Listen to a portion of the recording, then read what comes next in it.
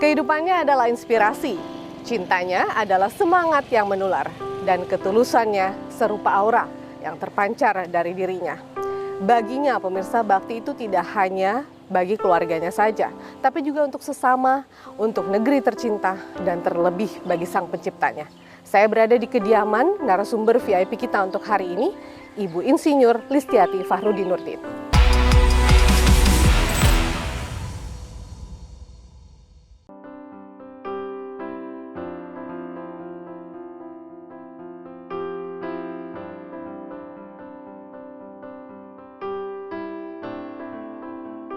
Assalamualaikum. Assalamualaikum. Assalamualaikum. Waalaikumsalam warahmatullahi wabarakatuh. Halo, Ibu. Mbak Apa kabar, Vero, Ibu? alhamdulillah. Aduh, Tambah Ibu. cantik aja. Cerah Masya banget Allah. hari ini. Alhamdulillah.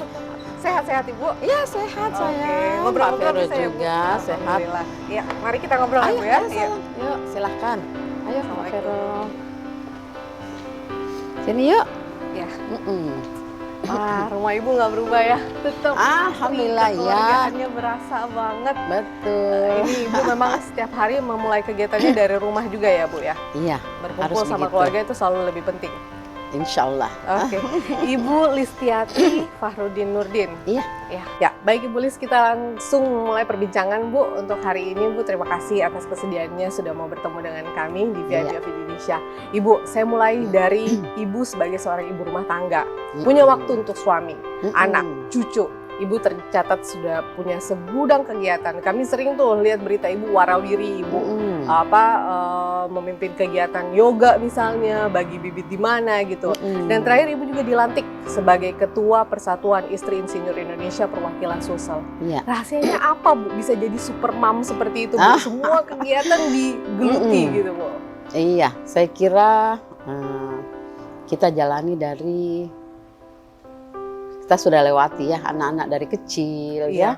Kita fokus ke anak-anak. Saya Iya. sendiri yang mengantar mereka sejak kecil, sejak TK, Iya. SD. Alhamdulillah mereka sekarang semua sudah besar Iya. ya. Dan kalau kegiatan-kegiatan sosial itu memang saya dari dulu senang ya dengan Iya. kegiatan sosial kemasyarakatan. Oke. Jadi alhamdulillah bisa terbagi waktu dengan Bisa baik. terbagi ya, Bu ya? Iya. Ada kekhawatiran nggak sih, Bu, Mm-mm. awalnya untuk kemudian menekuni satu kegiatan? Ya, kalau Mm-mm. mungkin sebagai seorang ibu itu sudah destiny yang memang harus Ibu lakukan seperti Iya. itu bersama suami. Kita Betul. tahu cerita cintanya seperti apa. Tapi Mm-mm. punya kegiatan di segudang Mm-mm. terus banyak organisasi. Ada kekhawatiran nggak sih, saya bisa nggak sih memimpin organisasi ini? Atau Ibu, ya kenapa tidak? Ayo aja. Kayak gimana sih, Bu? Kalau organisasi yang saya pimpin itu memang saya juga memilih ya, tidak Oke. semuanya saya bisa ambil. Oke, baik. Karena setiap yang kita diamanahkan itu ya harus kita betul-betul bertanggung jawab. Betul. Dan organisasi-organisasi ini seluruhnya ya organisasi non-profit. Jadi kami memilih juga struktur anggota itu Iya. orang-orang yang ikhlas. Memang orang yang punya waktu, punya tenaga untuk memang mau membantu masyarakat, Oke. mau terjun ke masyarakat. Oke. Iya. Dan kadang kita tidak menyadari ya kegiatan sosial Mm-mm. seperti itu sebenarnya justru memberi kita banyak rezeki, teman, Iya, jaringan, betul. ya, Bu ya. Iya. Dan Jadinya banyak pengetahuan. teman. Betul. Karena rezeki itu tidak selalu bentuknya materi ya, Bu ya. Iya. Baik, Ibu Lis. Kalau kita cerita tentang organisasi, Mm-mm. organisasi apa yang pertama kali Ibu ikuti? Wah, kalau itu sih ceritanya sejak kuliah ya mungkin. Oke. Oh, Iya. dari kuliah sudah. Sejak kuliah Sudah saya berorganisasi. sudah masuk di organisasi ada yang namanya KPMP Unhas, Oke. Kelompok Pengembangan Mahasiswa Putri Unhas. Oke. Iya. Jadi kami di situ banyak teman-teman yang berhasil sekarang, Mhm. banyak dari KPMP juga. Jadi Oke. khusus perempuan memang. Oke. Iya. Dari situ kah awalnya Ibu kemudian belajar yang namanya berorganisasi Iya, ataukah? betul. Oke, Iya, baik. dari situ. Karena Oke. pada saat itu kita masih kuliah ya. Iya, Jadi saya juga dipercayakan menjadi salah satu ketua di situ iya. untuk memimpin pelatihan untuk kepemimpinan wanita. Mhm. Ya, saya tunjuk sebagai ketua Oke. untuk Sebenarnya teman-teman. kalau bahas soal organisasi yang Ibu tekuni atau geluti banyak ya Bu ya. Ada juga Ketua Yayasan Kanker Indonesia Bu. Iya. Itu juga menarik sebenarnya. Iya. Itukah yang paling berkesan Bu? Bisa cerita sedikit bagaimana kegiatan di sana awalnya Untuk iya, saya alhamdulillah dipercayakan ya. Iya. Sejak Bapak masih gubernur Iya. itu menjadi ketua Yayasan Kanker Indonesia Oke. khusus Sulawesi Selatan. Iya. Ada juga Persatuan Wanita Olahraga seluruh Olahraga, Indonesia, itu iya. Perwosi. Iya. Saya juga dipercayakan sebagai ketua di situ. Oke, baik. Ya. Dan terakhir diminta juga menjadi ketua untuk Persatuan Istri Insinyur Indonesia untuk Sulawesi Selatan. Beragam organisasi tersebut kalau saya lihat kan memang secara kebidangannya itu berbeda-beda ya Bu ya. Itu Iya. Ibu tapi itu Ibu memilih organisasi tersebut berdasarkan apa yang memang Ibu senangi ya Bu? Betul. Jadi seperti Yayasan Kanker Indonesia ya, Iya. itu betul-betul kita punya tugas bagaimana mensosialisasikan ke masyarakat. Iya. Kita punya tujuan bagaimana supaya Sulawesi Selatan ini tingkat untuk kanker stadium Potensi lanjutnya kanker. itu rendah. Oh, Jadi kami dari lorong ke lorong ke daerah untuk bagaimana kalau ada perubahan dalam diri ibu-ibu, bapak-bapak, ayo jangan takut, segera berobat. segera ke dokter. Oh, Karena oke. kalau masih stadium 1-2 itu masih bisa Betul. disembuhkan 90%. Tapi kalau sudah kita diam, kita malu, itu udah susah. Kalau Iya. sudah masuk stadium 3, stadium 4 Sulit ya, untuk sudah kemudian. susah untuk dibantu. Baik Ibu. Iya. Nah kalau dari seluruh organisasi yang Ibu pimpin ini ya Bu, mana yang paling menyita waktunya Ibu? Wah, kalau sampai sekarang sih memang waktu mendampingi Bapak ya sebagai bupati 10 tahun, Siap. gubernur 2,5 tahun, Iya. itu sebagai ketua PKK. Karena sekalian di situ saya juga sebagai ketua Dekranasda. Iya. Iya, karena pekerjaan PKK dan Dekranasda itu beda. Iya. Iya, Oke. Dekranasda khusus bagaimana kita mengayomi UMKM di Sulawesi Selatan. Bagaimana membina mereka, mengembangkan produk mereka, gitu. Oke. Nah, Ibu memulai itu kan sebelum di Sulsel, Ibu sudah 1 dekade lah ya Bu di Bantaeng. Pada awal kemudian Ibu jadi ketua TPPKK di sana Bu ya. Apakah Ibu kemudian harus memulai semuanya dari nol, artinya mengetahui kegiatan dan lain-lain, atau seperti apa Ibu? Iya. Apakah Ibu harus berkonsultasi banyak dengan Bapak, atau bagaimana Ibu melaksanakan kegiatan tersebut? Iya, kami kan berdua Bapak dosen ya. Iya. Saya dosen di Unhas. Iya, betul. Jadi ini pekerjaan baru dan dunia yang betul-betul berbeda. Betul. Karena sebagai ketua PKK dengan sebagai dosen itu, kalau dosennya berkecimpung di kampus ya, sama mahasiswa ya. Betul, Tapi betul. kalau PKK itu betul-betul ke masyarakat. Iya. Jadi saya belajar di situ. Belajar apa sih programnya, karena PKK sendiri punya banyak program yang harus kita aplikasikan ke masyarakat. Ada berapa banyak Bu? Wah, ada kalau nggak salah ada 9. Mulai kesehatan, lingkungan, pendidikan, koperasi, wah semua. Semasa Ibu menjalani itu, Bu, ada nggak sih kesulitan atau masa-masa di mana, aduh ini kok berat banget ya, gitu. Adakah itu Bu? Kalau kita bekerja secara ikhlas ya dan mau belajar, insya Allah. Dan alhamdulillah selama itu kan pemerintahan dan Bapak juga sangat mensupport, ya. Jadi semua berjalan dengan baik, alhamdulillah. Waktu itu Ibu juga masih seorang dosen, tadi bercerita ya, Iya, Bapak masih juga dosen. begitu. Tapi masih ada waktu Bu, ngurus masyarakat, ngurus mahasiswa, itu Betul. sesuatu hal yang berbeda, Ibu Jadi, tetap membaginya. Saya di Bantaeng bolak-balik. Kalau saat mengajar, waktunya saya mengajar, saya harus biasa pulang pergi. Pergi pagi ke Makassar, habis ngajar pulang ke Bantaeng lagi. Bagaimana dengan menempatkan diri Bu sebagai dosen, terus sebagai ketua tim penggerak PKK Bu? Sulitkah itu Bu kemudian untuk memisahkan aktivitas tersebut? Alhamdulillah saya sangat senang karena dosen itu juga merupakan kita belajar terus kan.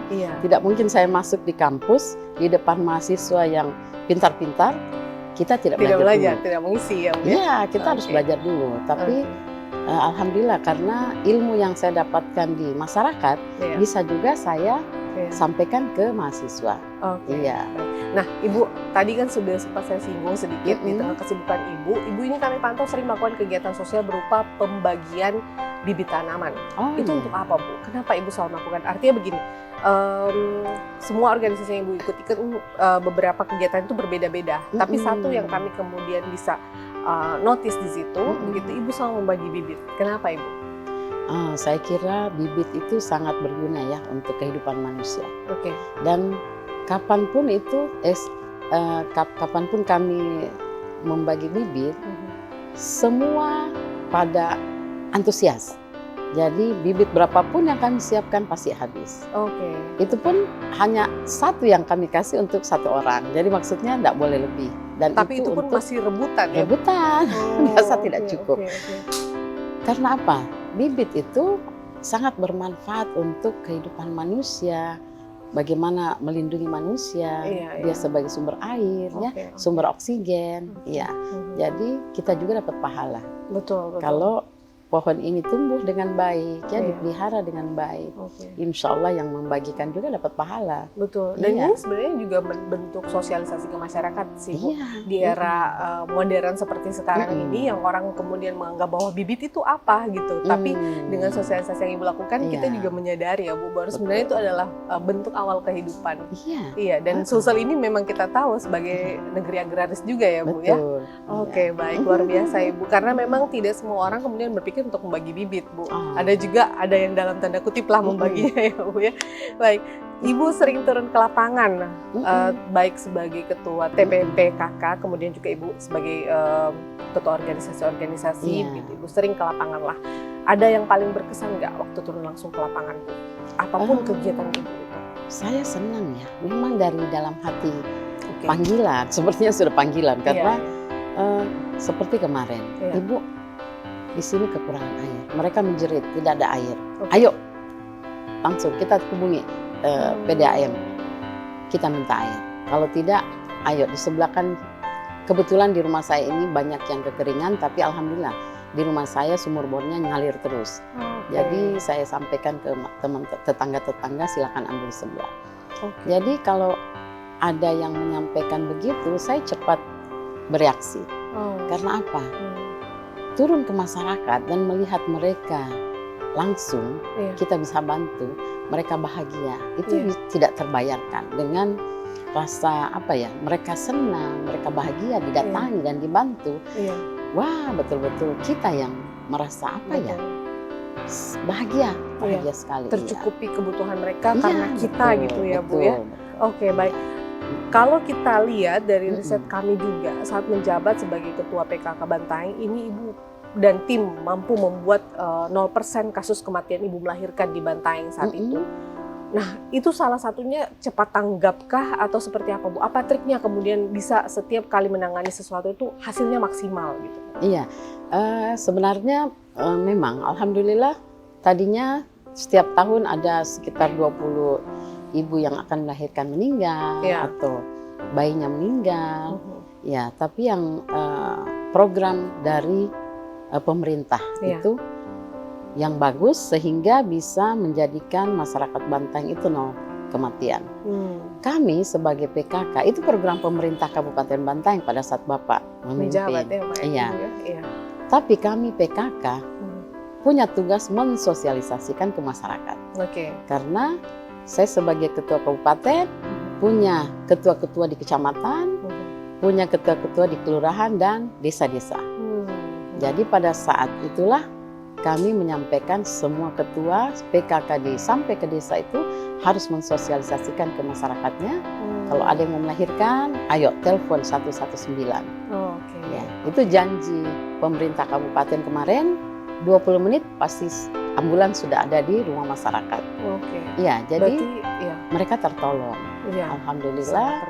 Ya, yang mau melahirkan atau ada kasus yang tidak normal itu cepat tertangani. Karena kita memang sangat membutuhkan sekali, Bu, bantuan cepat tanggap seperti itu ya, Bu, betul. ya. Mungkin di daerah lain belum bisa terakomodir, mudah-mudahan itu bisa jadi salah satu inspirasi buat daerah lain Iya. juga untuk melakukan hal yang sama. Jadi cepat tanggap dan juga saling bersinergi dengan timnya. Iya. Nah, setelah bahas organisasi, terus juga ada kelompok, komunitas dan lain-lain, Ibu juga punya bisnis nih, Bu. Kita tahu Ibu punya beberapa bisnis. Yang paling pertama Ibu geluti itu bisnis apa sih, Bu? Bisnis itu ya memang mungkin karena dulu kita sebagai dosen itu tidak harus selalu di kampus ya. Itu masa-masa 20 tahun, 25 tahun yang lalu.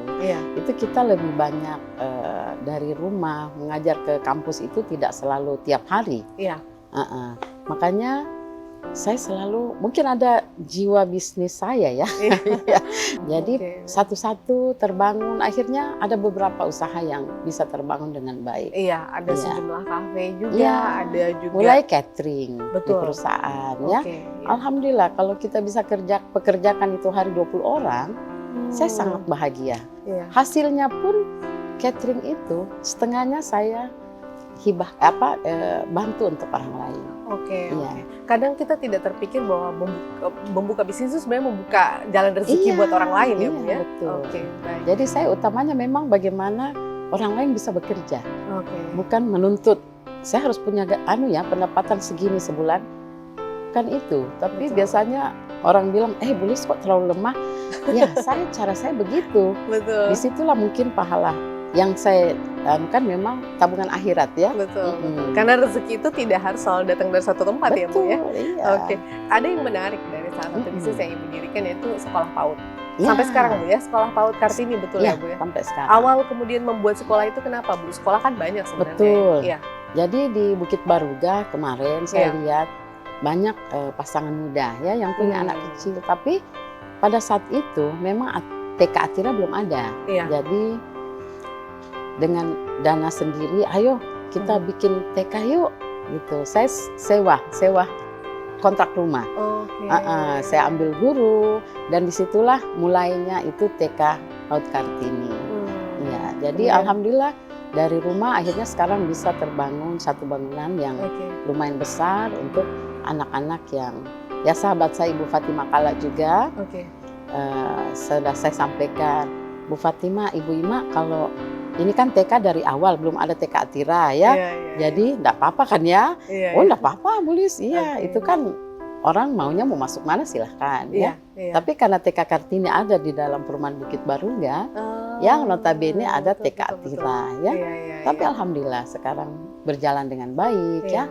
TK Atira pun berjalan dengan baik. Dan sekali lagi ini bukan soal profit, tapi bahwa tentang tujuan tempat itu karena dibuat. Pada saat itu tidak ada sekolah sama sekali dan banyak anak kecil. Tapi disitulah saya lihat, kalau kita membangun sekolah, mencerdaskan anak, insya Allah pahalanya besar sekali. Nah, terakhir ini Bu, ini kalimat inspiratif aja atau semangat yang bisa Ibu sampaikan untuk ibu-ibu yang baru atau perempuan yang pengen memulai bisnis ini, Bu. Apa yang perlu mereka pegang gitu? Kerja keras saya kira ya. Karena semangat yang penting dan keikhlasan untuk bagaimana meluangkan waktu mengurus bisnis ya. Apalagi sekarang zaman modern yang tidak perlu kita punya toko, tidak perlu kita punya tempat yang mahal. Kita juga bisa bisnis dari rumah. Karena memang kita harus keikhlasan dari dalam yang perlu. Baik. Ibu, kita masih akan melanjutkan perbincangan tentang Ibu dan sejumlah kisah Ibu. Tapi saya ini lihat rumahnya Ibu pas masuk kayak enak banget, Bu. Boleh kita ngobrol sambil berkeliling nanti ya, Bu ya? Boleh. Kita pindah ke sana. Kita nanti pindah di segmen berikutnya. Pemirsa, tetaplah bersama kami di VIP of Indonesia. Kami kembali usai jeda.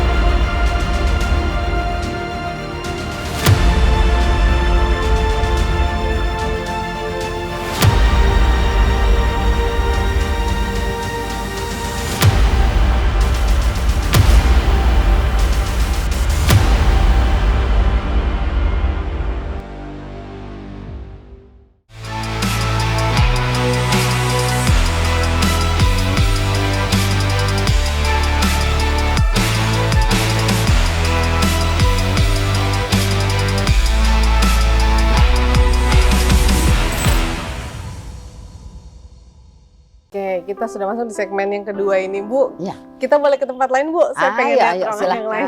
Waduh, ini rumahnya asri banget, Ibu ya. Tidak lah, Keluarga banget ini, Bu. Rumah sederhana. Sederhana. Yang penting, di sini siapa yang tinggal, Bu? Saya, Bapak, Bapak juga. Ya, anak-anak gantian. Oke. Karena mereka di sini aja ya, Mbak. Oke, boleh. Ayo. Anak-anak ada kegiatan di luar kota juga ya, Bu ya? Tinggal sama keluarga. Betul. Masya Pada punya Allah. keluarga semua. Ini keren banget ini. Yang desain siapa, Bu? Saya sama Bapak. Sama Bapak ya. Bener-bener koneksi antara keduanya ini bener-bener menghasilkan satu tempat yang bagus, Bu. Alhamdulillah. Yang asri. Kita senang yang perputaran udaranya bagus ya. Oke, baik, kita di segmen kedua VIP of Indonesia kali ini dan masih bersama dengan narasumber VIP kita Ibu Listiati Fahrudin Nurdin. Ini kita sudah berada di ruangan berbeda di rumahnya. Ini ruang apa, Bu? Ruang tengah namanya. Biasanya Ibu dan keluarga ruang santai aja. Ruangan santai sama keluarga. Emang enak banget sih, sirkulasi udaranya juga bagus. Oke, baik. Ini lebih nyaman harusnya ngobrolnya. Tapi kita ngobrolnya agak berat nih, Bu, tentang mimpi. Dan Ibu kita tahu sekarang sudah berkecimpung di dunia politik.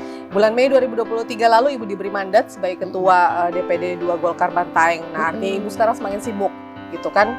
Seberapa besar politik menyita waktu Anda saat ini, Bu? Saya kira saya bisa mengatur waktu ya. Karena memang dipilih untuk jadi ketua juga tiba-tiba. Jadi saya juga tidak tahu politik awalnya kan. Kita seorang dosen, tapi dituntut untuk masuk politik itu saya harus bekerja keras untuk belajar. Baik. Tapi pengertian saya politik itu bagaimana kita bekerja untuk masyarakat, itu aja. Jadi karena saya diminta untuk bisa memimpin Golkar pada saat itu, karena kalau tidak ada 30 bacalek Golkar dari Kabupaten Bantaeng tidak bisa maju. Karena saya dengar sisa 3 hari. Waktu itu ada kurang lebih 4 partai yang ingin meminang Ibu ya. Terus kemudian Ibu memilih Golkar, itu kenapa, Bu, ceritanya? Itu pun karena dengan berbagai kita berpikir yang mana yang kita pilih. Tapi setelah saya berdoa meminta pada Allah petunjuk, dan memang Bapak saya kan dulu Golkar 12 tahun lebih di pusat juga. Jadi memang kami adalah keluarga dari Golkar. Jadi saya merasa mungkin saya harus mengikuti jejak Bapak saya. Insya Allah. Baik. Jadi kemudian memilih Golkar ya, Bu ya. Dan sekarang aktivitas Ibu memang cukup padat, Bu. Bertambah lagi ini satu yaitu bertambah politik. Baik. Tapi alhamdulillah bisa berjalan dengan baik semuanya. Nah, terdengar klise ini, Bu, tapi sebenarnya apa sih alasan Ibu ini memilih terjun ke dunia politik? Kita tahu politik itu orang sering bilang tidak pasti, politik itu kejam gitu. Kalau Ibu sendiri bagaimana? Kalau kejam sih tergantung pemikiran masing-masing, pandangan orang lain-lain. Selama kita niatnya baik, niatnya bagaimana bekerja untuk masyarakat, masa dibilang kejam, kan tidak mungkin. Kalau saya sih itu, saya pengen bekerja untuk masyarakat. Itu yang memberikan saya kekuatan sehingga saya mau masuk di politik. Dan itu memang harus punya semangat ya, Bu. Itu semangat dari keluarga. Bagaimana support dari Bapak, suami Ibu, anak-anak, Bu? Awalnya mereka ada yang keberatan, protes. Anak-anak protes. Tapi karena dia melihat saya memang senang bekerja di lapangan, senang turun ke masyarakat, akhirnya mereka merasa Mama silahkan. Yang penting Bismillah dulu mah, gimana supaya semuanya bisa berjalan dengan baik. Mohon maaf Ibu, ini saya agak sedikit menyinggung tentang mungkin ada trauma kah di keluarga Bu saat kita tahu bahwa ada masa Bapak dulu. Apakah Ibu ini kemudian menjadi salah satu, ada juga pertimbangan Ibu, saya khawatir untuk terjun ke politik, atau anak-anak takut Ibu terjun ke politik karena takut ada kejadian-kejadian serupa kah gitu, Bu? Saya kira tidak, karena Bapak kan saya lihat kemarin memang sudah bekerja dengan keras bagaimana membangun Sulawesi Selatan. Tapi yang namanya takdir kita tidak bisa pungkiri. Karena saya kuat dan anak-anak juga kuat, karena saya mengatakan tidak akan, ini sudah tertulis di buku besar Allah kita harus melewati ini. Dan kita bisa melihat bagaimana Bapak bekerja dengan baik bagaimana membangun daerah-daerah, tapi kita harus lewati. Ini adalah cobaan yang harus kita lewati. Iya, tetap ada karya yang ditinggalkan, yang menjadi legacy yang kemudian masyarakat pahami dan tahu itu ya Bu ya. Saya masuk politik dan juga karena memang dengan kejadian ini ya saya tambah kuat. Masya Allah. Bertambah semangat karena tidak terpukul sama sekali Bu atau tidak. Alhamdulillah semuanya. Karena Bapak juga saya lihat kuat ya, anak-anak juga kuat. Ya, itulah resiko, konsekuensi dari jabatan. Keputusan ini Bu ya, ini juga memang satu keputusan yang signifikan. Apa yang Ibu capai dari ini semua Bu? Artinya dalam berkecimpung dalam dunia politik, apa sih target Ibu sebenarnya? Saya, iya kalau dipikir memang pada saat saya juga minta izin sama Pak Rektor Unhas untuk mau terjun ke politik, beliau juga agak keberatan. Bulis kan sudah lama jadi dosen, waduh mau masuk politik. Saya bilang, Pak, untuk yang jadi dosen itu banyaklah orang-orang pintar. Tapi saya pengen terjun ke politik karena apa? Saya pengen membantu masyarakat. Karena banyaknya setelah saya 10 tahun di Kabupaten Bantaeng dan 2,5 tahun jadi istri gubernur, saya melihat masih banyak hak-hak masyarakat yang tidak terpenuhi dengan baik. Dan itu harus DPR pusat. Makanya saya sebenarnya memang dari dulu care terhadap perempuan dan anak. Jadi itulah yang tugas saya nantinya insya Allah untuk bagaimana memperbaiki mulai pendidikan, kesehatan. Kepedulian Ibu itu sebenarnya sudah tercermin dari sejumlah organisasi, bisnis yang Ibu buat itu. Sebenarnya memang ada rasa dari seorang Listiati Nurdin untuk kemudian turun langsung ke masyarakat dan membantu begitu. Semoga kemudian mendapatkan kursi di Senayan nanti bisa memberikan peluang lebih besar. Insya Allah, amin Bu. Ya. Nah, amin ya Rabbal Alamin. Tentunya kita berharap seperti itu. Tapi kalau kemudian kita tahu caleg perempuan ini banyak Bu, gitu. Tidak hanya Ibu, keterwakilan perempuan di politik itu juga sudah semakin masif ya Bu ya. Dan memang ini bisa menjadikan politik lebih bervariasi. Nah, Ibu mungkin bisa sebutkan alasan kenapa masyarakat harus memilih Ibu. Iya, karena apa? Saya melihat Golkar kemarin di DPR RI itu dari dapil saya tidak ada perempuan, laki-laki semua. Baik. Iya, jadi saya harus bekerja dengan baik supaya saya bisa duduk di DPR RI. Karena apa? Perempuan punya banyak kebutuhan perempuan yang harus kita bicarakan di sana. Kalau laki-laki semua bagaimana? Mereka tidak tahu apa sebenarnya yang ada dalam kebutuhan perempuan. Itu yang harus kita suarakan. Makanya saya juga bingung, loh kok ini kemana semua teman-teman perempuan? Di DPR yang di dapil saya dari Golkar itu hanya 2 orang yang maju. Terakhir ini ada 1 lagi yang maju, tapi ya saya berharap kita semua bisa duduk di sana. Tapi Ibu kemudian tidak ciut nih, Ibu cuma sendiri nih perempuan untuk maju? Tidak, malah semangat. Minimal ada saya gitu ya. Karena masyarakat harus, apalagi perempuan, harus memilih yang berkualitas. Yang betul-betul dia bisa percaya untuk bagaimana nasib mereka bisa diperjuangkan di sana. Saya alami waktu jadi istri gubernur, bagaimana anak-anak yang tidak mampu itu tidak bisa sekolah. Nah, itu kan. Jadi kalau kita di DPR RI, bagaimana kita memperhatikan masyarakat yang kurang mampu, dibikinkan aturan bagaimana mereka bisa sekolah dengan baik, kesehatan mereka bisa diperbaiki, Harusnya ini bisa jadi satu langkah besar buat Ibu ya.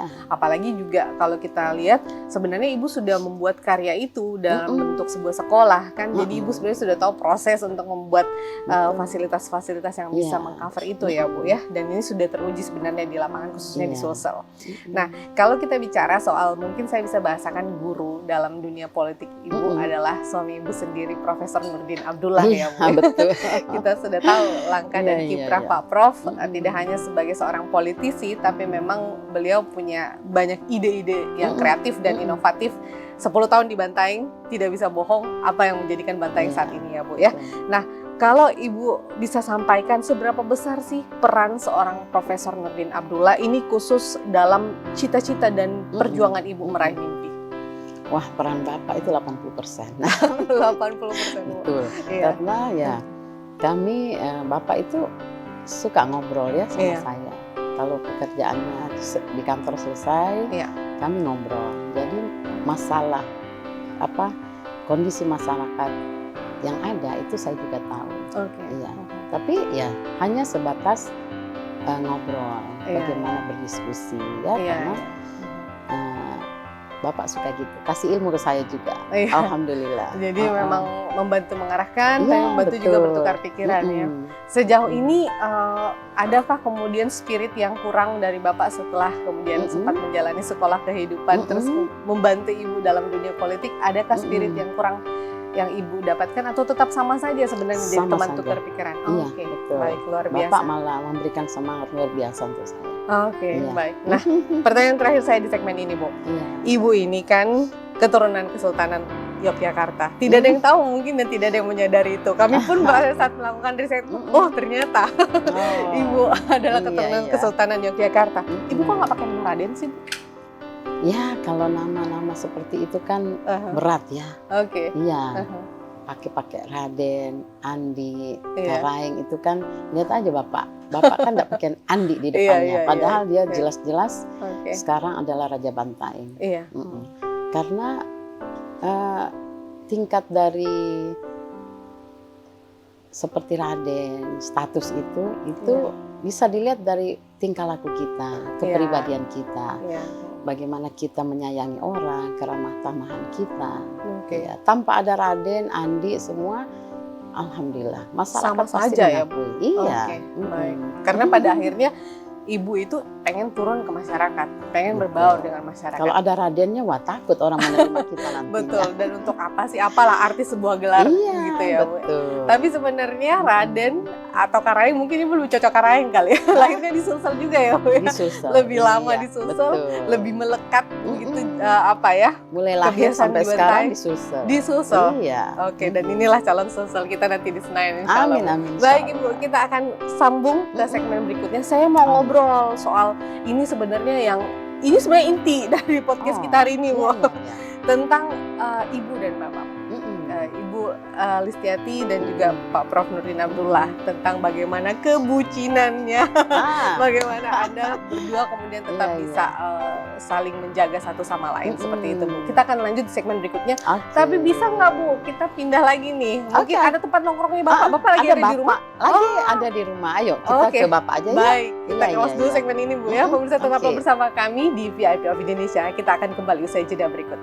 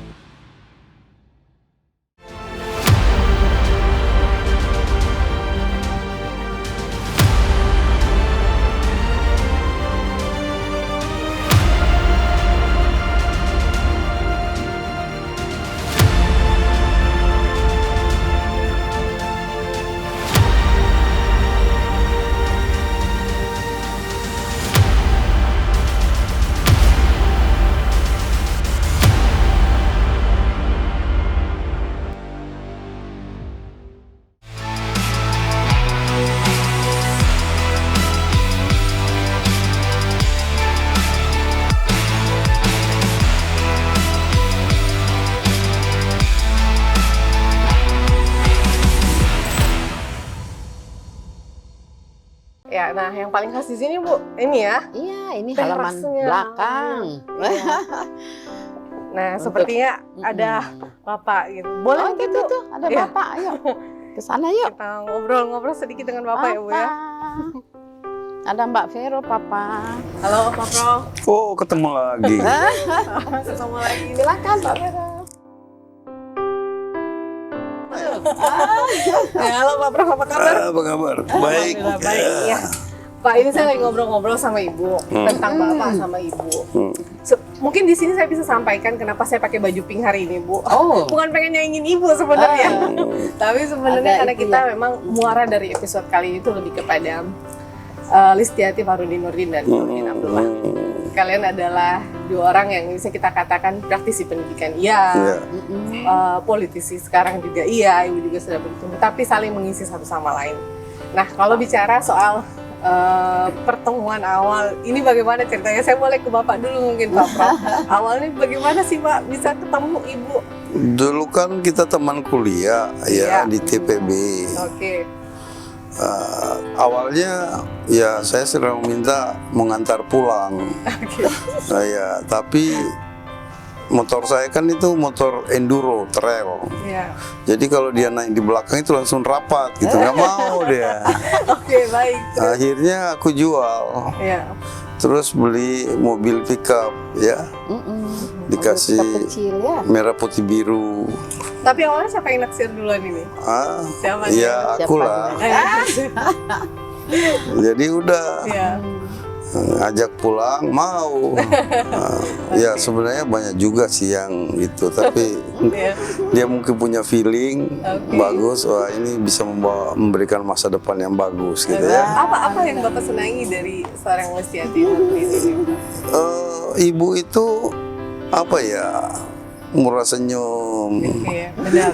Nggak pernah melihat dia muka marah, nggak ada itu. Seumur-umur saya sama-sama, itu nggak pernah kelihatan marah atau apa, termasuk semua orang. Ya, dan satu hal itu memang ya untung saya udah dari awal udah tahu ya karakter ibu. Semua dia panggil sayang. Iya, iya. Ya. Yang bahaya kalau saya nggak mau manggil sayang kan, itu nggak pernah saya lakukan Kalau gitu. tiba-tiba ya. Semua tukang beca juga sayang. Siapa aja di rumah ini semuanya sayang gitu Dan ya. itu sebenarnya apa ya? Cerminan dari bagaimana Ibu sebenarnya ya. Ya, Artinya memang betul-betul penuh kasih, Ibu penuh kan sayang. dari pendidik ya, keluarga pendidik ya. Ibu, bapak, Iya. terus banyak contoh-contoh baik kita lihat. Waktu saya masih pacaran aja, ya saya melihat ini sosok seorang calon ibu yang luar biasa, paripurna, ya. Ya. Oke, baik Prof Nurdin. Ini kan kita bisa katakan Prof ini punya keberanian yang luar biasa. Kenapa saya bilang begitu? Bukan karena memimpin Sulsel, Bantai, satu dekade, itu memang sudah luar biasa.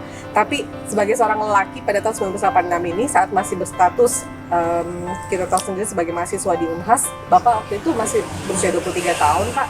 Bapak melamar putri rektor loh, Pak. Saya waktu itu masih umur 20 tahun loh. Oke, 20 tahun. Tanpa mempanai. 21. Ibu 20. Oke, Iya, iya. masih lebih muda lagi. Ya, bukan perkawinan dini udah cukup lah. Ya.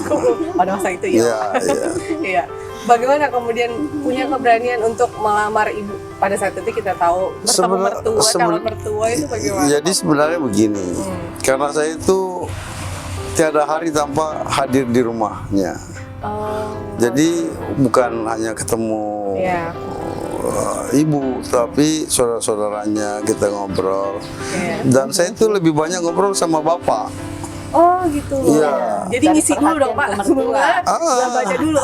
Pokoknya saya suka ngobrol, diskusi. Dan sampai hari ini ambil hatinya bapak duluan ya bukan soal hati saja. Ya kita diskusi dengan seorang profesor. Kita nambah ilmu lah ya. Iya, iya. Karena gitu terus mungkin udah bosan lihat saya. Akhirnya ibu panggil. Oke. Pagi siang malam di rumah soalnya. Oh, sering di rumah. Ibu panggil. Itu sering di rumah karena bisa ketemu ibu atau bisa ngobrol sama ibu? Ya saya senang menimba ilmu dari bapak lah. Apalagi waktu itu bapak kan rektor Unhas ya. ya ketemu rektor itu susah loh. Ya, ya makanya kita harus dekati anaknya. Dekati anaknya supaya. Akhirnya ibu, suatu waktu saya ke Jakarta, ketemu ibu, saya ngantar ibu ke Bogor. Waktu itu kan masih pakai kapal laut ya. Kalau jemput di pelabuhan, aku pinjam mobil kakak sepupu, antar ke Bogor. Sudah itu ngobrol-ngobrol. Mungkin baiknya mungkin ibu udah bisa ke rumah, kita ngobrol-ngobrol gitu kan. Nah, udah saya pulang ketemu ibu bapak. Bapak ibu saya bilang gini, "Nak, kamu jangan GR." Gitu. Gitu. Ya. Terus gimana, kecewa nggak? Kamu jangan GR. Oke. Itu jangan cuma main-main. Ntar kita ditolak gitu kan. Ya siapa sih kita gitu. Ya. Enggak mah, ini bener mah. Jangan. Itu rektor loh. Itu anak rektor, anaknya sih baik, saya suka apa segala kan. Tapi belum tentu kita mau diterima jadi sebuah keluarga. Nah, akhirnya, Bapak tetap. ya saya yakinin lagi. Terus pas ibu saya bilang, "Nah, kocek lagi sekali." Jadi saya tanya lagi Bu, bapak ibu saya udah saya sampaikan, katanya benar nggak gitu. Iya, udah malam ini aja. Oke. Udah, pas saya sampaikan ibu saya, terus kita persiapan ini enggak. Beliau juga tipenya sederhana, jadi tidak mau ada utusan apa kan. Dia maunya bicara sama bapak gitu. Terus mama saya bilang begini, "Kalau minta mahal gimana?" Dan gitu kan. Baiklah ya. Gimana nih kalau minta mahal? Ya mama datang aja dulu. Lihat aja. Datang aja dulu. Jadi udah saya antar lah. Ngobrol langsung tentukan hari ya. Oh, jadi langsung Tunangan dulu, tunangan. Tunangan. Jadi tentukan tunangan apa segala. Terus kita itu selama tunangan itu sampai hari H. Begini-begini nih. Takut batal ya? Bukan takut batal. Kalau tiba-tiba disampaikan naikin 1 miliar, 2 miliar kan. Wah, ini kan bahaya nih kan. Terus ibu saya bilang ini, "Ada tabunganmu nggak?" "Ada Mas," saya bilang, 5 juta. Waktu itu Tapi 5 juta waktu itu kan tahun 86. Iya kan? Kuat itu. Itu hasil keringat saya sendiri kerja. Ya udah. Kita bicarakan ini harus pasti nak katanya. Aku bicara. Ternyata nggak ada. Jadi tidak ada uang panai. Pokoknya maharnya itu seperangkat alat sholat. Ya. Tunai karena Allah, itu aja. Oke, baik. Akhirnya kita kan juga malu-malu ya. Pas hari H mau nikah, aku bawa istri saya ke Haji Kala. Karena ada duit saya tabungan tuh kan. Mau pilih mobil, tapi bisanya beli mobil pickup. Oke, baik, luar biasa. Beli Kijang kan. Waktu itu Kijang cuma 4.750.000, saya masih ingat tuh. Kijang baru. Yang penting kan kita kasih naik. Ibu saya udah bilang ya udahlah, tertutup malu kita nak katanya kan. Masa ya kita nggak kasih naik apa-apa. Susel banget ini Bapak. Nah, ibu saya mau nanya ini Bu, kenapa ibu menerima pinangan Bapak atau kemudian menyampaikan bahwa bisa nih datang ke rumah gitu. Pada saat itu memilih Pak Prof sebagai pasangan ibu sendiri. Ya, saya karena ibu saya memilihkan saya. Iya, Bapak ya, karena ibu sebenarnya yang memutuskan pada saat itu. Ibu saya. Itu karena melihat mungkin Bapak tiap hari di rumah. Ibu kan memang ada turunan dari Jawa Barat ya. Bapak saya orang sini. Jadi maksudnya agama mereka itu sangat-sangat ketat, disiplin ya. Apalagi ibu waktu itu pengurus IC ya. Jadi lihat Bapak yang tiap hari ada di rumah, wah enggak boleh nih gitu. Harus orang tuanya cepet deh segera datang hamilkan daripada gitu ya. Oke, baik. Kita masih mahasiswa loh. Iya. Masih-masih. Oh, Berarti masih masih mahasiswa. kan kuliah pada saat Tapi- itu ya? Iya. Sudah mau ujian ya. Iya. Iya. Oke. Nah, tapi kan yang menariknya lagi setelah menikah itu ibu kemudian meninggalkan segala fasilitasnya dan memilih, bisa kita katakan tanda kutip susah. Susah itu dalam artian bahwa mandiri untuk berdua, memilih untuk hidup seperti itu, Bu. Bagaimana suka dukanya saat itu, Ibu? Iya, jadi ibu saya nangis karena kita lagi di rumah jabatan rektor Unhas ya, yang di Iya. Kartini itu Kamarnya 15. kamarnya banyak. 15.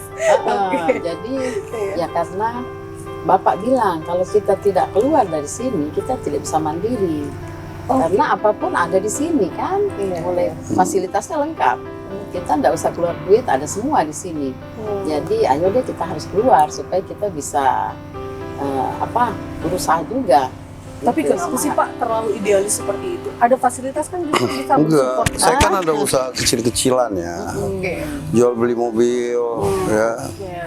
Ya alhamdulillah. Terus gaji kita sudah ada kan? Jadi Dua-duanya asisten PNS, dosen. Iya. CPNS ya waktu itu ya. Ya, CPNS. Gaji saya 85.000. Iya. Ibu juga segitu. Iya. Jadi saya bilang sama ibu, Ma, pokoknya belanja sehari itu hanya boleh 5.000. 5.000 rupiah, tapi udah cukup beli sayur, ikan itu udah dapet, ya. Dan bisa bertahan Ya. berapa hari gitu ya. Terus ya tetangga kita bilang gini, apa benar itu anak rektor di sebelah itu? Kan ibu ke kampus itu pakai angkot. Oh. Iya, karena mobil kita kan udah laku. Iya, iya. Ya harus angkot lagi kita. Oh, oke. Nah, sambil nyari lagi mobil. Dan rumah teman yang Ya. dikasih pinjam. Jadi Wah, ini mah turun ke masyarakatnya udah teruji banget Ah. dari masa. Jadi lantainya itu lantai semen. Lantai semen. Tahu Pak yang warna abu-abu gitu ya. Iya. Ya, lantai semen. Terus lahir anak satu. saya cuma Putri. minta Pak, Iya. ayo kita boleh tinggal sini tapi semuanya dikasih karpet plastik ya, jangan sampai kita di semen. Iya, betul betul. Jadi kita plastikin si semua. Putri ini nangis-nangis mau beli, kan kita lewat di penjual mainan tuh ada penjual kuda-kuda ya. Putri kan cukup mahal kan, udah diatur belanja 5.000 per hari. Jadi ada papan di itu tuh saya Bapak bikin bikin sendiri kuda-kuda. Ya memang tempaannya cukup Iya. berat sih ya. Ya. Tapi ibu dan bapak melalui itu ya, melewati itu kemudian. Nah, semua sudah terwujudkah mimpi-mimpi ibu dan bapak? Mungkin bapak pada saat menikahi ibu, menjalani kehidupannya sudah terwujudkah semuanya, harapan bisa bersama ibu dan lain-lain? Kalau saya sih ya mengalir saja ya. Kita mengalir saja. air, ya, tidak pernah berpikir menjadi Enggak. bupati, Iya. Enggak. tidak pernah berpikir menjadi ya. Jadi suatu waktu saya mampir di rumah rektor, Iya. ya. Bapak baru pulang dari Iya. kampus. Iya. Terus dia ngobrol, saya kan suka ngobrol sama Iya. beliau kan. Iya. Din, saya ketemu tadi namanya Prof. Daud Malamasam katanya. Itu alumni Jepang. Saya tanya-tanya, itu profesornya itu butuh lagi mahasiswa baru. Iya. Saya langsung, Pak, saya ketemu langsung nih. Saya kan kalau gitu langsung Iya, iya. ketemu. Ketemu beliau kan di rumahnya. Langsung dibuatkan rekomendasi itu. Pak, udah ada rekomendasi nih. Di waktu yang sama, saya dipanggil oleh Dr. Samsi Lili ya, tetangga situ. Mau dikasih jadi ketua KNPI. Oke. Diajak, dipanggil saya sama Prof. Amiruddin. Iya. Prof. Amiruddin bilang gini. Terus saya kasih lihat, Iya. ya, saya dapat surat nih Pak dari Jepang. Oh udah, kamu berangkat sekolah. Itu singkat cerita ya. Iya. Jadi proses itu udah saya bilang sama istri saya, Ma, saya berangkat deh sekolah. Ibu ikut pada saat itu? Waktu itu belum.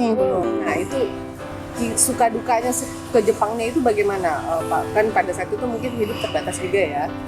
Ya jujur saja, saya itu tidak ada persiapan.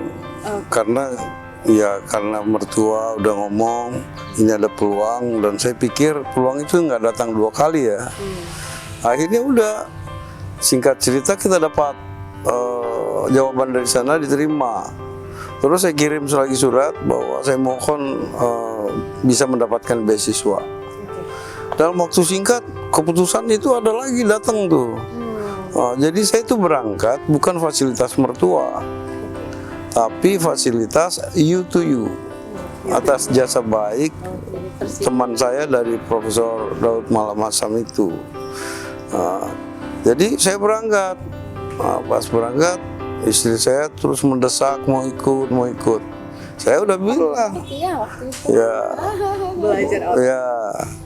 Istri saya bilang semua yang kita miliki kita jual ya. jadi yang semua yang Semua, dibangun di sini. ya semuanya kita jual, mobil apa supaya mencukupi kan tiket. Karena waktu itu ada anak satu, Ya. ya. Nah, karena saya tahu kita kan ini berdua itu nggak pernah repotin namanya mertua orang tua ya. Karena kita tahu juga bagaimana kiprah seorang Profesor Fahrudin itu. Itu yang namanya orang jujurnya orang lah. Nah, saya banyak dapat ilmu dari mertua. Akhirnya diam-diam dia jual semua, terus beli tiket berangkat. Tapi pada saat itu ibu bagaimana, Bu? Iya. Bisa cerita. Jadi pada saat bapak pergi, saya kembali ke rumah ibu, ke rumah jabatan rektor. Iya, Karena iya. cuma berdua putri kan? Iya. Iya. Dan ya, yang ikut suami lah yang terbaik.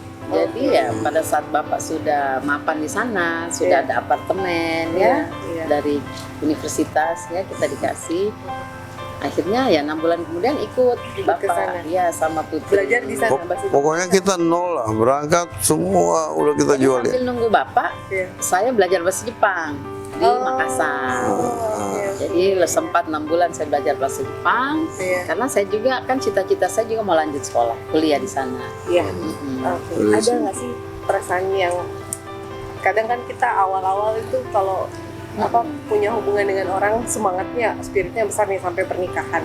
Itu kemudian melaju, ada masa-masa sulit dan lain-lain, naik turunnya itu ada nggak sih keraguan atau kekhawatiran dalam menjalani hubungan suami istri mungkin? Nggak ada ya. Saya sangat Kita ngalir aja. percaya. Yang penting kita nikmati. Saya tuh Suami berdua itu perhatian sekali, sangat sayang, perhatian. Perhatiannya seperti apa sih Bu, Bapak itu? Ya ampun, dari hal kecil sampai hal besar itu Iya. tidak luput dari perhatiannya dan suka bikin kejutan. Oh. Jadi kalau tiba-tiba, Mah, bagus ya ini mobil? Iya Pak, tapi kan ini mahal. Ya, nanti kita berdoa, mudah-mudahan bisa. Sorenya udah ada di rumah diparkir, Masya Allah. nggak bilang-bilang. Baik. Ini cerita inspirasi tapi nggak pasti beli mobil juga ya pemirsa.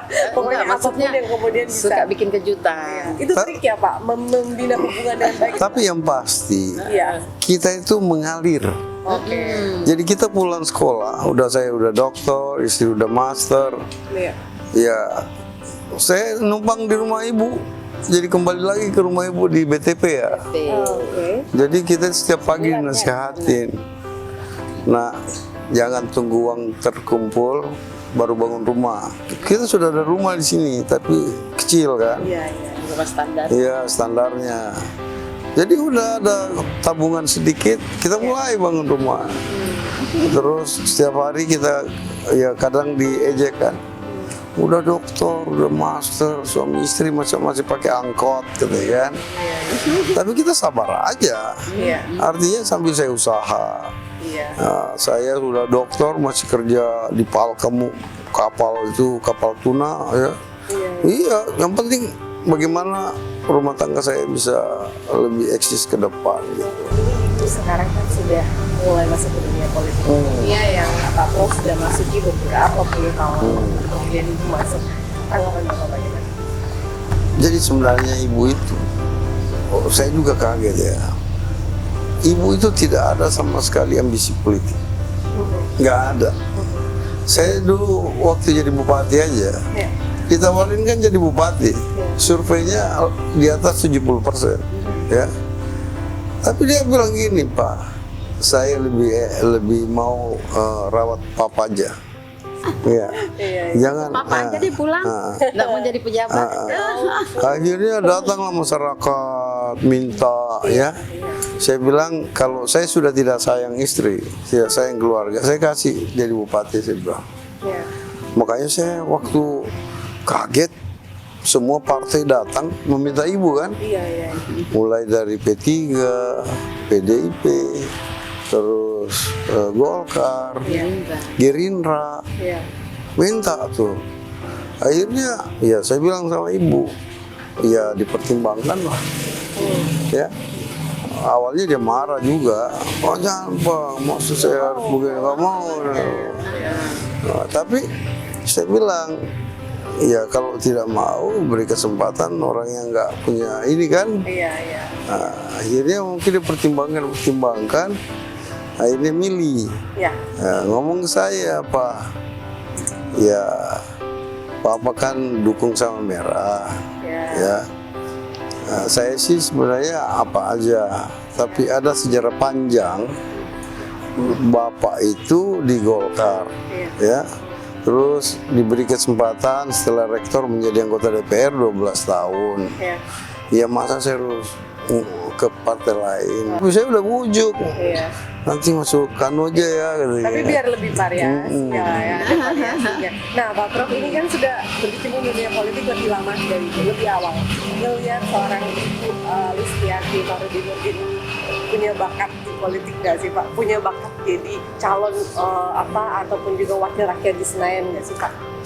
Kalau saya sih melihat ibu kan ini perhatian pada rakyat kecil itu besar sekali. Care-nya itu luar biasa.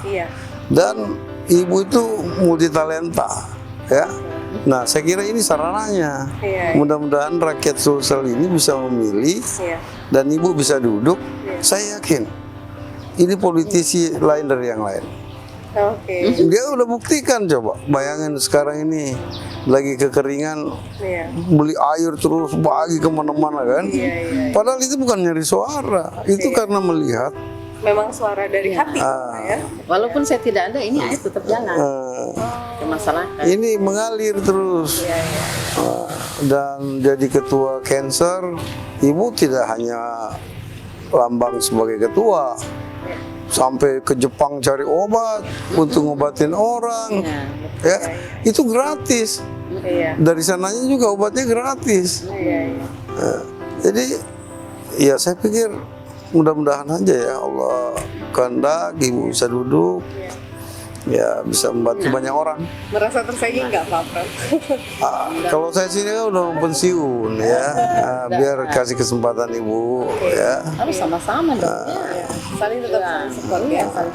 Ibu merasa lebih percaya diri nggak dengan keberadaan Pak Prof juga sebagai guru, sebagai suami? Iya, sangat-sangat percaya diri. Dan karena ada bapak ya. Iya. Bisa saling tukar pikiran gitu. Itu yang saya dapat dari bapak. Jadi saya udah bilangin. Kalau niatnya menjadi anggota DPR untuk privasi, ya lebih nggak usah.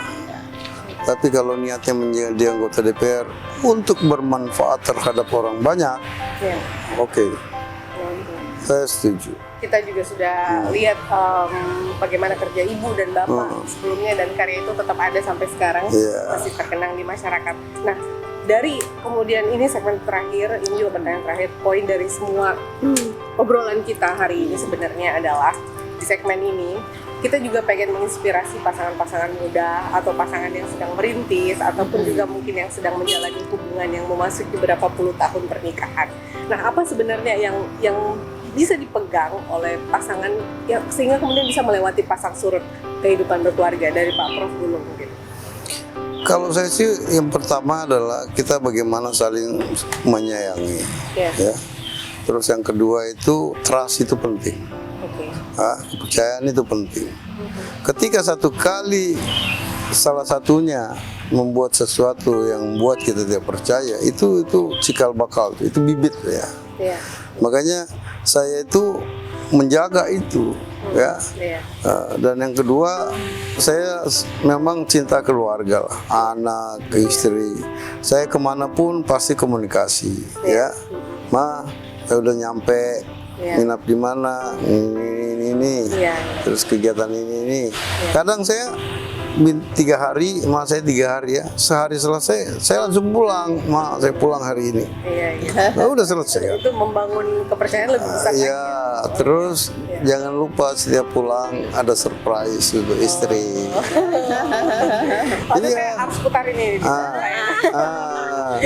Iya, saya tuh kemana-mana ada buah yang bagus, saya bungkus bawa pulang buat istri, buat anak-anak. Soalnya barang mahal, Iya. Nah, kepada Ibu Lis nih, kan kita sebagai perempuan ini Bu, kadang kita punya apa ya? Rasa keinginan untuk mendikte itu lebih besar dari perempuan kadang-kadang, apalagi Ibu kan juga biasa di organisasi, sudah mau jadi pemimpin di organisasi, tiba-tiba masuk ke keluarga jadi pendamping Pak Prof. Dan tidak segan-segan memperlihatkan romantisme kalian, artinya bahwa saling kompak, saling dukung, saling kemudian memperlihatkan ungkapan kasih sayang itu di depan masyarakat. Itu jadi inspirasi loh Bu. Itu cara menjaganya itu gimana Bu?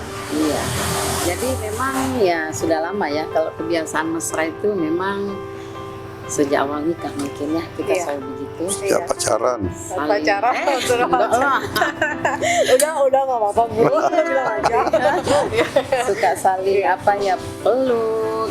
Bapak lewat saja peluk dulu gitu. Gitu. Jadi itu yang menambah rasa apa ya? Sayang ya, nyaman gitu ya. Nyaman kita sebagai istri, dan yang seperti Bapak bilang tadi itu trust ya, kepercayaan. Jadi, baik, Ibu Lis, terima kasih banyak sudah memberikan waktunya buat kami di Indonesia. Pak Prof juga lagi baca kan. Tapi janji ya Pak, nanti ada waktu buat kami juga ya Pak. Siap. Nge-podcast bareng kita Pak. Siap. Banyak kisahnya juga Pak Prof ini. Baik. Iya, terima kasih Bu. Semoga lancar kemudian perjalanan Ibu berjuang sampai ke Senayan, dan tentunya saat menjabat nanti kami sebagai masyarakat sangat menantikan karya-karya Ibu. Insya Allah. Upaya-upaya Ibu kemudian untuk membela kami masyarakat Sulsel. Terima kasih Bu, terima kasih Bapak. Terima kasih. Dan demikianlah program kami untuk hari ini, VIP of Indonesia. Kami akan kembali nantinya dengan sejumlah narasumber VIP kami. Sampai jumpa.